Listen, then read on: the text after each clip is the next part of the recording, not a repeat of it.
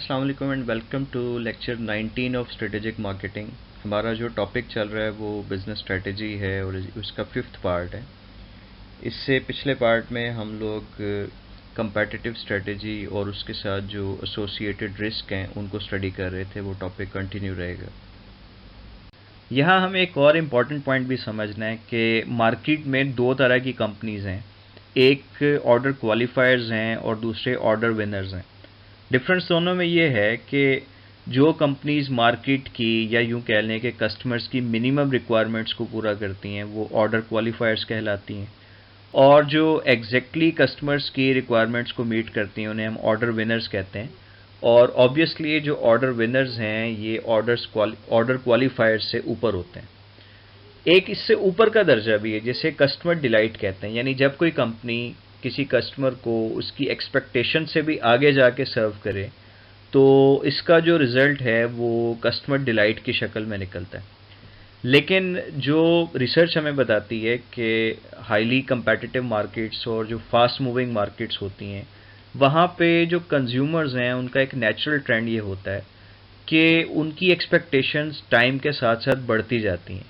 लिहाजा जो आज कस्टमर डिलाइट के लेवल पे कंपनीज मौजूद हैं वो कल को ऑर्डर विनर्स बन जाएंगे, और जो आज के ऑर्डर विनर्स हैं वो कल को ऑर्डर क्वालिफायर के लेवल पे चले जाएंगे।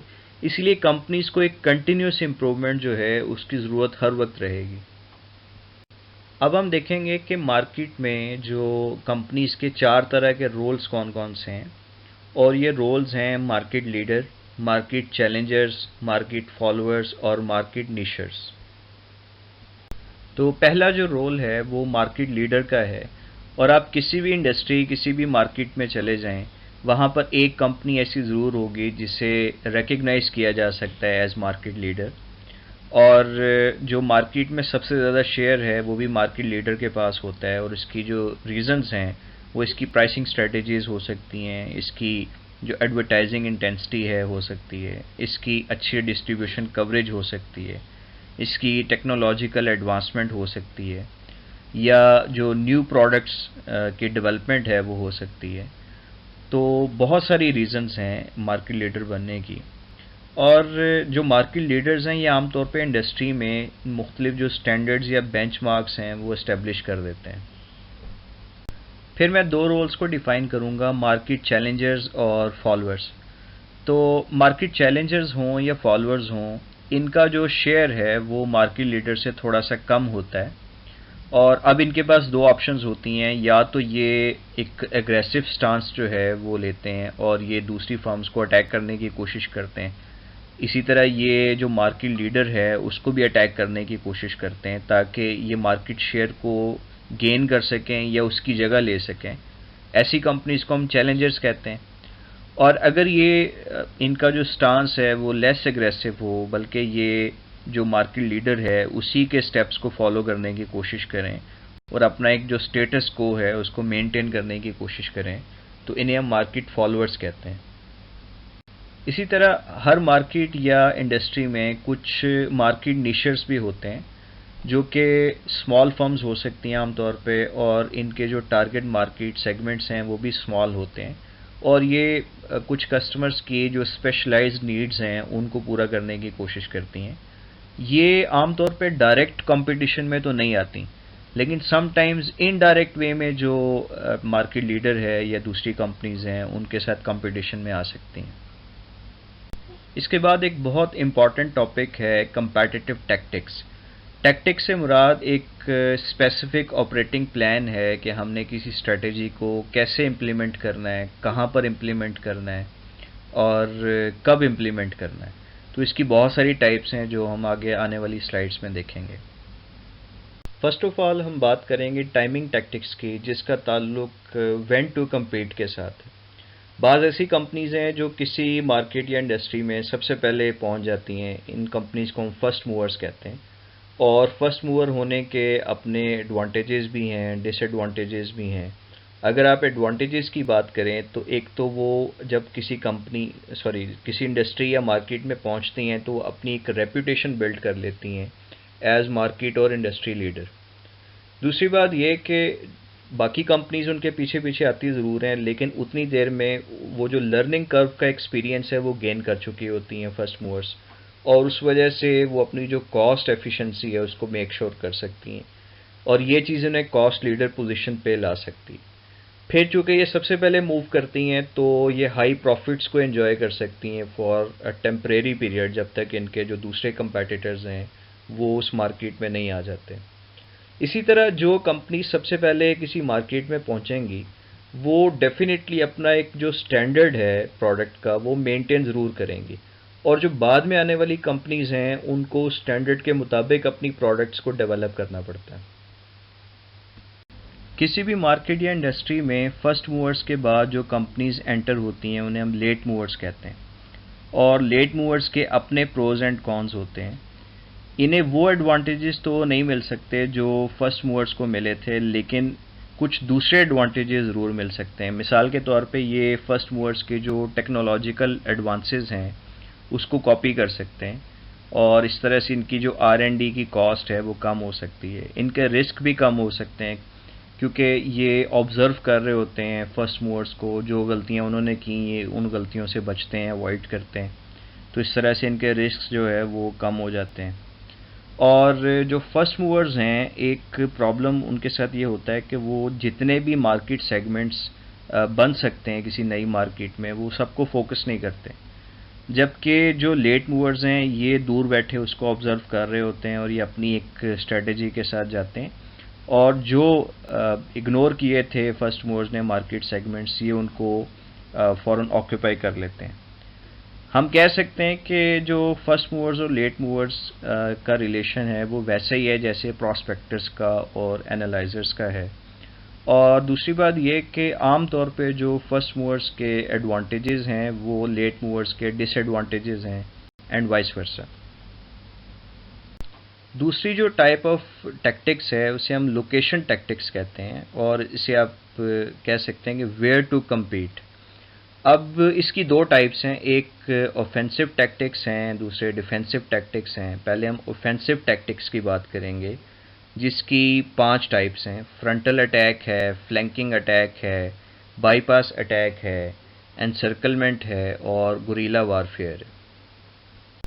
फ्रंटल अटैक को आप डायरेक्ट अटैक भी कह सकते हैं, और इसमें एक कंपनी जो है वो डायरेक्टली या फ्रंट पे अटैक करेगी किसी दूसरी कंपनी के, और ये अटैक जो है वो कई फॉर्म्स में हो सकता है। ये किसी नई प्रोडक्ट को इंट्रोड्यूस करवाने की शक्ल में भी हो सकता है, किसी नई मार्केट कम्युनिकेशन कैंपेन की शक्ल में भी हो सकता है, ये सेल्स प्रमोशंस की फॉर्म में भी हो सकता है, ये प्राइस रिडक्शन की फॉर्म में भी हो सकता है, ये नई जो मार्केट्स हैं वहाँ पर मूव करने की शक्ल में भी हो सकता है, या किसी भी और फॉर्म में हो सकता है जहाँ पे हेड टू हेड कोलिजन जो है वो दो कंपनीज के दरमियान होगा।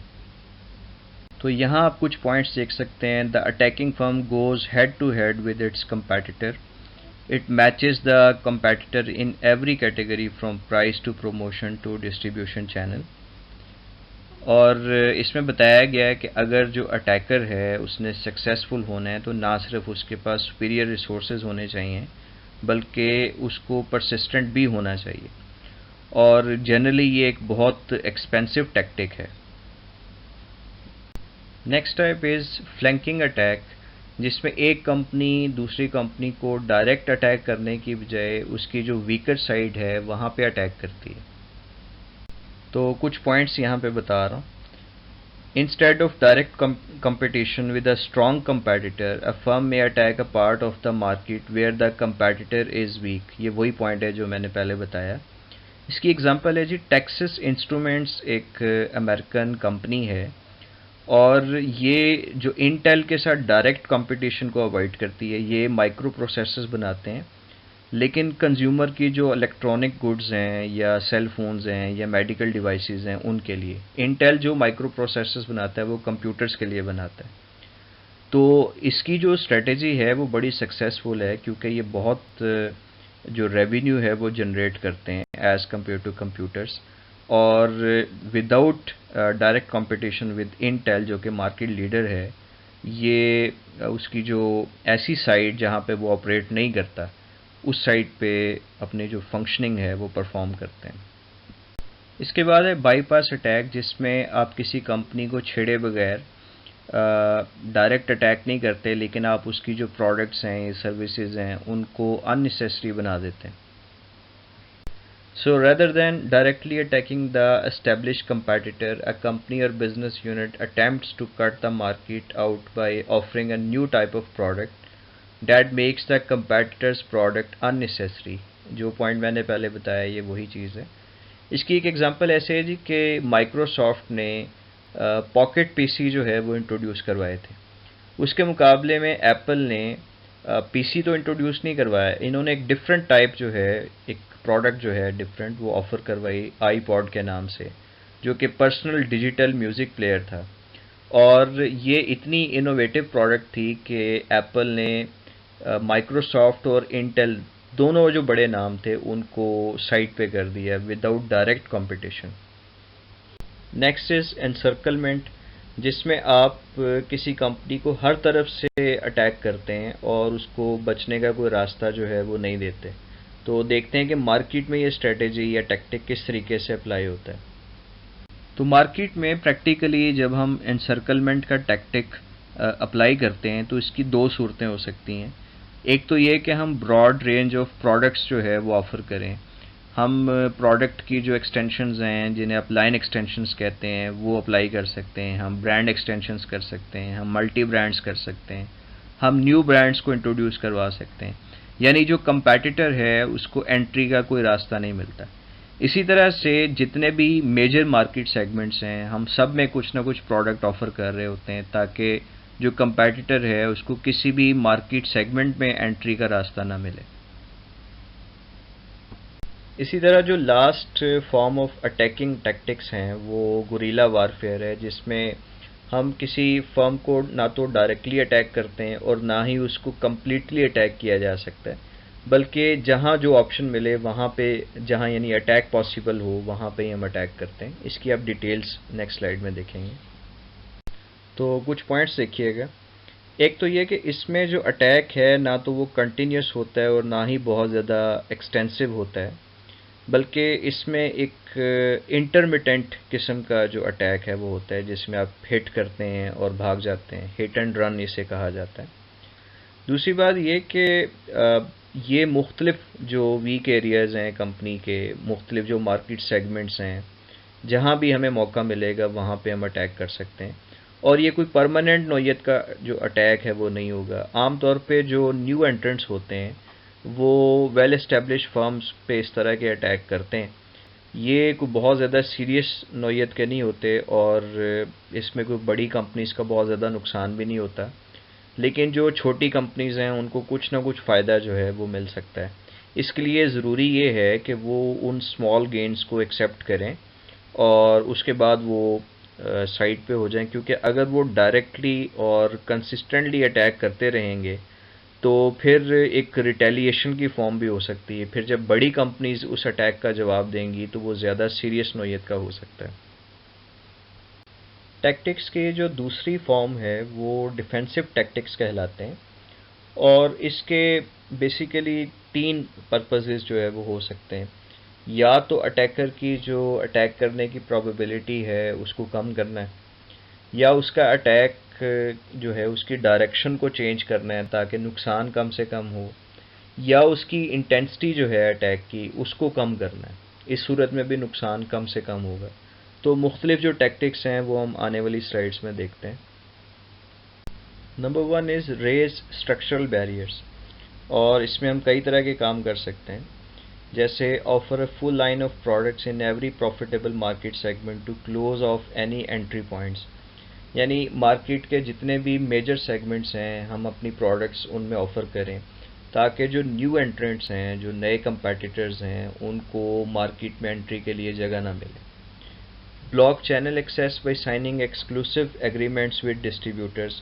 अगर हम अपने डिस्ट्रीब्यूटर्स के साथ पहले ही एग्रीमेंट साइन कर लें तो जो न्यू एंट्रेंट्स होंगे उनको अपनी प्रोडक्ट्स एंड यूज़र्स तक पहुंचाने के लिए जो डिस्ट्रीब्यूटर्स हैं वो अवेलेबल नहीं होंगे। इसी तरह से हम अपनी जो स्विचिंग कॉस्ट है उसको इंक्रीज़ कर सकते हैं।